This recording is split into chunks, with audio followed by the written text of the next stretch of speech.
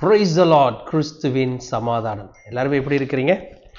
இன்னைக்கு நாம் தியானிக்கவிருக்கிற இறைவசனம் எசாயா புத்தகம் 49வது அதிகாரம் 5வது வசனம். இப்படியாக சொல்லுகிறது: யாக்கோபை தம்மிடம் கொண்டு வரவும், சிதறுண்ட இஸ்ரேலை ஒன்று திரட்டவும், கருப்பையிலிருந்தே ஆண்டவர் என்னை தம் ஊழியனாக உருவாக்கினார்.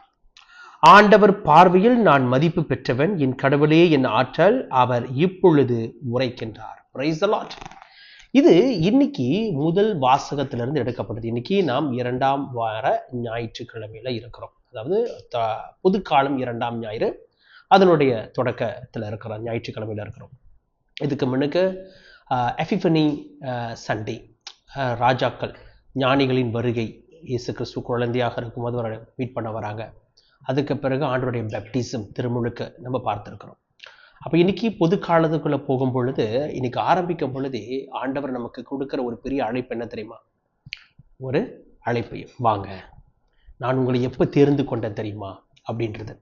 அதனால் கவனிங்க, யாக்கோபை தம்மிடம் கொண்டு வரவும். யாக்கோபு என்பது யாரு?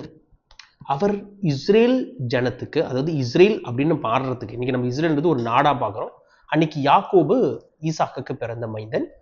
அவருக்கு 12 குழந்தைகள் பிறக்கிறாங்க. அப்ப அந்த யாக்கோபுடைய பெயரை தான் பின்னால ஆண்டவர் எப்படி மாத்துறாரு? இஸ்ரேல் அப்படின்றத மாத்துறாரு. அப்ப இவரோட பார்க்கும் பொழுது, அந்த யாக்கோபு என்பவர் பார்க்கும் பொழுது, அந்த பெயர் ஆண்டவர் ஆசீர்வாதம் பண்ணி இஸ்ரேல்னு பேரை மாத்துறாரு. என்ன அபிஷேகம்? நீ எல்லா ஜனத்துக்கும் தலைவன், அந்த ஜனத்துக்கு பேரு இஸ்ரேல் மக்கள் அப்படின்னு. அப்ப அது ஆசீர்வாதத்துக்கு பிறகு, ஆசீர்வாதத்துக்கு முன்னுக்கு. அப்ப இந்த வசனம் இன்னைக்கு நமக்கு என்ன சொல்லுதுன்னு கேட்டீங்கன்னா, இன்னைக்கு நாம் ஆசீர்வாதம் இல்லாமலும் வந்து அப்படின்னு இல்லை, நாம் பிறக்கும் பொழுதிலிருந்தே கர்த்தர் நம்மளை பயன்படுத்துகிறார், ஒரு விஷயத்துக்காக அழைத்திருக்கிறார். இந்த மக்களை ஆண்டவர் தான் தேர்ந்தெடுத்தார். இப்படி ஒரு ஜனம் வரும்போது வரப்போறாங்க அப்படின்னு எப்ப சொன்னாரு? ஆபிரகாமை அழைக்கும் பொழுதே அவர்களுக்கு கொடுக்கப்பட்ட ஒரு தெளிவான விஷயம், நான் உன்னை ஜாதிகளின் தகப்பனாக, ஒரு மக்கள் கூட்டத்தின் ஒரு தந்தையாக, அப்போ உன் வழியா நீ வானத்தை நட்சத்திரத்தை பாரு, மணலை பாரு, நீ எண்ணி முடிக்க முடியாத அளவுக்கு ஒரு பெரிய ஜனத்தை நான் உருவாக்குவேன் அப்படின்னு சொல்லி இஸ்ரேல்னு ஒன்று சொல்றாரு. ஆனா முழுக்க முழுக்க அது இஸ்ரேலை குறிக்குதான்னு கேட்டீங்கன்னா இல்லை.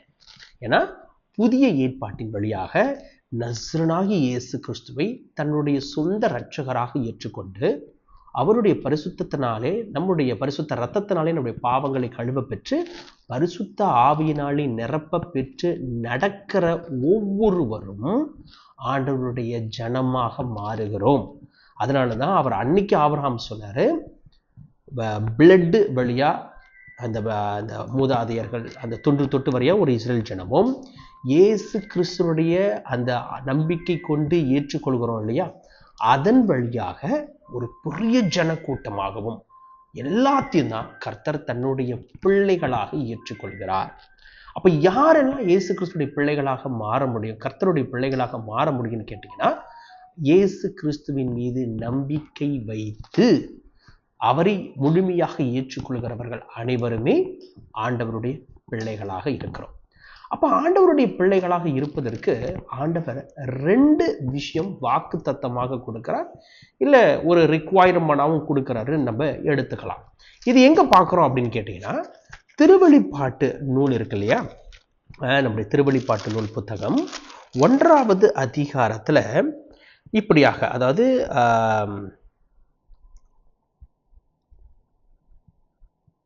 6வது வசனத்தை நம்ம பார்க்கலாம். 6வது வசனத்தை நம்ம பார்க்கலாம். அதுல ஆட்சி உரிமை பெற்றவர்களாக, அதாவது நம் கடவுளுக்கும் தந்தையுமானவருக்கும் ஊழியம் புரியும் குருக்களாக நம்மை ஏற்படுத்தினார். அப்ப இயேசு கிறிஸ்துவை நம்பி விசுவசிக்கிறவர்களுக்கு 2 விஷயங்கள் கொடுக்கப்படுது. ஒண்ணு, ஆட்சி உரிமை பெற்றவர்களாக. ஆட்சி உரிமைன்னு என்ன அர்த்தம்? ஆளுகிற உரிமை. நம்ம ஆளுவோம், அதாவது அவருடைய, அதாவது ராஜாக்கள் ராஜாத்திகளாக, ராஜாவுடைய பிள்ளைகள், ராஜகுமாரன் குமார்த்திகளாக மாறக்கூடிய வல்லமை ஆண்டவர் கொடுக்கிறாராம். எங்க ராஜ்யம் பார்த்தீங்கன்னா விண்ணுலகத்துல. நம்ம எல்லாம் மண்ணுலகத்தையும் யோசிச்சுட்டு போயில்லை, விண்ணுலகத்துல அனைவரையும் ஆளுகிற ஒரு வல்லமை நமக்கு கொடுக்கிறாராம். பிறகு குருக்களாகவும் ஏற்படுது, அது ஆண்டவருக்கு ஊழியம் பண்ணும்படியாக. பெரும்பாலும் நம்ம என்ன ஆண்டவர்கிட்ட எதிர்பார்ப்போம்? என்ன சந்தோஷமா ஆசீர்வாதமா வச்சுக்கோங்க ஆண்டவரை, அப்படிதான் நம்ம எதிர்பார்ப்போம். அதுல மட்டும்தான் நம்முடைய கவனங்கள் இருக்கு. ஆனா ஆண்டவர் சொல்றாரு அது மட்டும் ஓகே, அது நான் ஆண்டவர் கொடுப்பார் எந்த மாத்து கருத்தும் இல்லை. ஆனா அதை விட ரொம்ப முக்கியம் குருக்களாகவும். குருக்கள்னா எப்படி குருவானவர் ஆகுமான்னு கேட்டீங்கன்னா இல்ல, குருக்கள் என்பது அவருக்கு ஊழியக்காரர்கள், அவருடைய வேலையை செய்யணும். இயேசு கிறிஸ்து உள்ளுக்குள்ள கர்த்தருடைய பிள்ளை, இறைமகன். ஆனா வெளியில அடிக்கப்படுகிற ஆட்டுக்குட்டி, அதுதான் குரு. அவர் குருவாகவும் இருந்தார், அரசராகவும் இருந்தார். மெல்கிசேதேக்குன்னு சொல்லுவோம் அந்த ஆட்சியின்படி. அரசரும் அவர் தான், குருவும் அவர் தான். இதே மாதிரி தான் தாவீது, அரசரும் அவர் தான், குருவுமாகவும் இருந்தார். ஏன்னா அந்த வழியில தான் இயேசு கிறிஸ்து வராரு. இன்னைக்கு அதை நமக்கு கொடுத்திருக்கிறார். திருவெளிப்பாட்டு நூல்ல சொல்லுவது நமக்கு அதே மாதிரி தான். நம் குருக்களாகவும் இருக்கிறோம், ஆட்சி உரிமை பெற்றவர்களாக, அதாவது அரச குமாரத்திகளாகவும் நாம் இருக்கின்றோம். அப்ப இன்னைக்குள்ள அழைப்பு அதை தான் வெளிப்படுத்துகிறது. இந்த அழைப்பு எப்படிப்பட்ட அழைப்பா இருக்குதுன்னு பார்த்தீங்கன்னா, நாம் சிதறிப்போன ஆடுகளை கூட்டி சேர்க்க. இயேசு கிறிஸ்து அதுக்கு தானே வந்தாரு. ஆயனில்லா ஆடுகளை போல இருக்கிறாங்க, சிதறி போயிருக்காங்க, என்ன பண்றதுன்னு தெரியல, பாவத்தில் விழுந்து கிடக்கிறாங்க. இதுக்கு முன்பு இவர்கள் பாவத்திலிருந்து விடுதலை ஆகணும் அப்படின்றதுக்காக பரிசுத்தமா வருதுக்காக 10 கட்டளைகள்ல இருந்து ஏறக்குறைய 500-600 கட்டளைகள் கொடுக்கப்பட்டிருக்கிறது டியூட்டரோனமி புத்தகத்தின் வழியாக. ஆனா மனிதர்களால அதை கடைபிடிக்க முடியல, மீண்டும் மீண்டும் அந்த பாவ குழியிலே விழுந்திருக்கிறாங்க.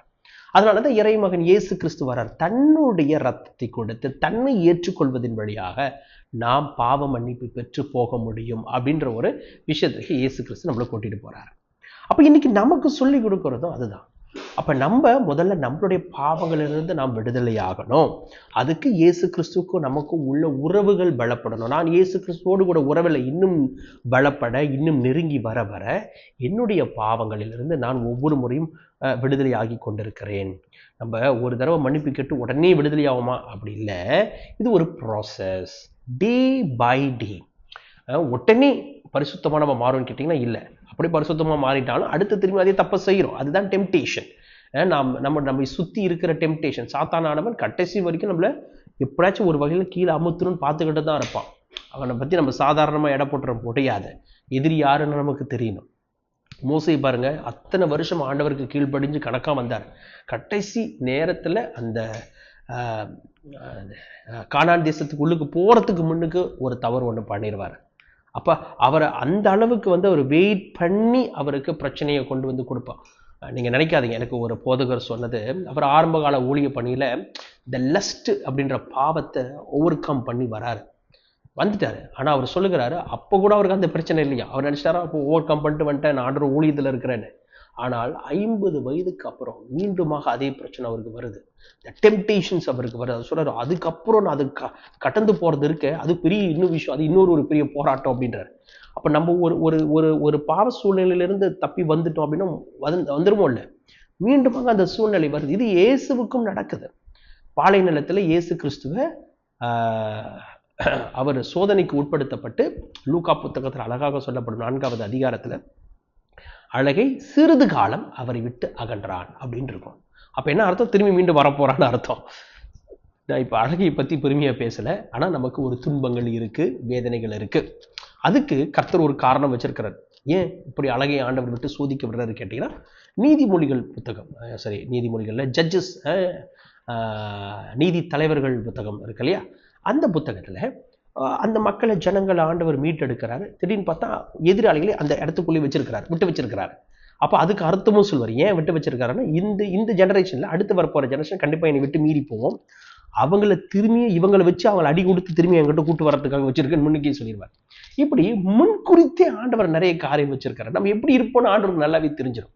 அப்ப நம்மளுக்கும் அப்படித்தானே, நாம் அவருக்குள்ள வரணும், பிறகு அவருடைய ஊழியத்தை எடுத்து அநேக ஆத்துமாக்கள் ஆண்டவர்கிட்ட கொண்டு வரணும்னு ஆண்டவர் விரும்புகிறார்.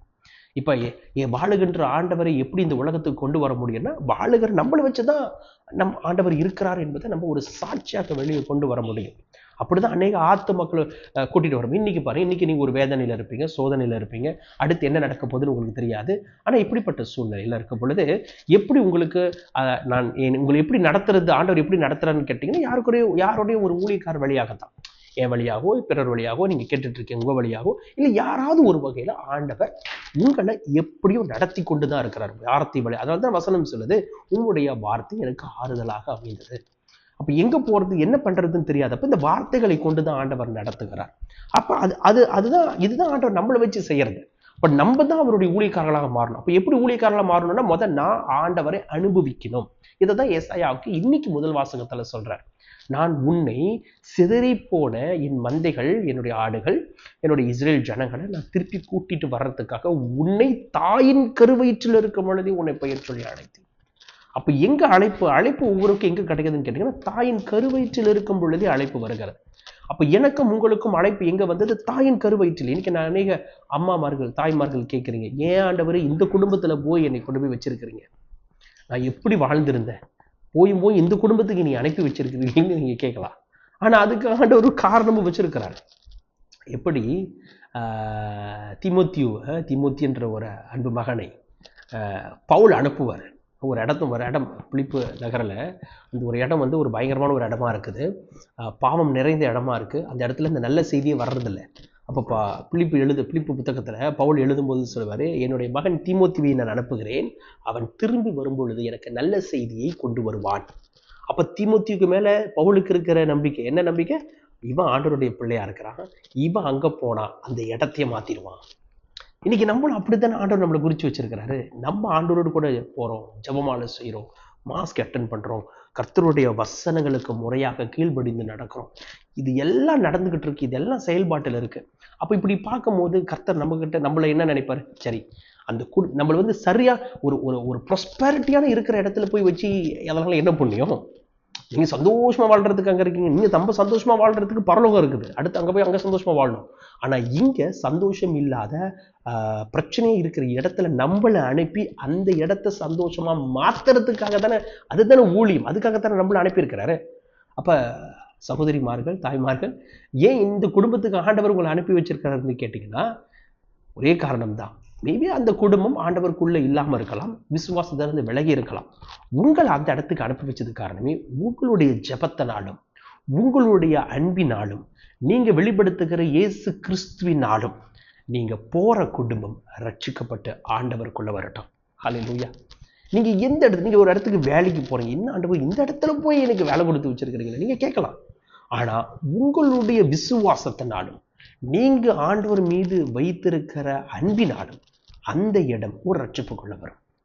இப்படிதான் நம்மளை ஆண்டவர் பயன்படுத்த முடியும்.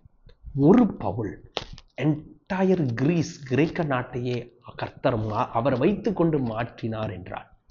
மலேசியா என்கிற இந்த நாட்டுல இன்னைக்கு நாம் கிறிஸ்தவர்களாக இருப்பதற்கு யார் காரணம்? மலேசியாவா இருக்கட்டும், இந்தியாவா இருக்கட்டும், ரெண்டுமே. முதல் ஆரம்ப காலத்துல வந்தது யாருன்னு கேட்டீங்கன்னா பரிசுத்த தோமா வழியா வராரு. பிறகு யார் மூலியமா வராரு அப்படின்னு கேட்டீங்கன்னா பிரான்சிஸ் சேவியர் மூலியமா வராரு. அப்ப ஒரு பிரான்சிஸ் சேவியர் வழியாக இந்தியாவில் உள்ள ஒரு சில பகுதிகளுக்கும் விடுதலை கொடுக்கிறாரு. மலேசியாவில் மலாக்காவில் இங்கே அநேக மக்கள் இயேசு கிறிஸ்துவை ஏற்றுக்கொள்வதற்கு உதவி செய்கிறார். இப்படிப்பட்டவர்களை ஆண்டவர் எழுப்பி, இது எப்பயோ அன்னைக்கு ஒரு துறவரம் நடந்ததா, இன்னைக்கு நமக்கு எல்லாத்துக்குமே அந்த வல்லமை கொடுக்கப்பட்டிருக்கிறது. நீங்க போய் ஒரு பக்கத்து வீட்டுக்காரங்க வேலை செய்யறியா, உங்கள் வாழ்க்கையை பார்த்து அநேகர்கள் இயேசு கிறிஸ்துவை இரட்சகராக ஏற்றுக்கொள்ள முடியும். நம்மளை பார்த்து இவன் நம்மள மாதிரியே தான் இருக்கான், நான் ஒரு கஷ்டத்துல இருக்கேன்னா அவனுக்கு கஷ்டத்துல தான் உழைஞ்சிருக்கான் அப்படின்னு பார்க்கறவங்க மத்தியில நம்மளை பார்த்து நம்ம மாரி அவனுக்கும் கஷ்டப்படுறானா, ஆனா அவன் மட்டும் சிரிச்சிட்டு இருக்கானே. அப்ப அவங்களுக்கு ஒரு கியூரியாசிட்டி, அது ஒரு கேள்வி ஒண்ணு வருது இல்லை?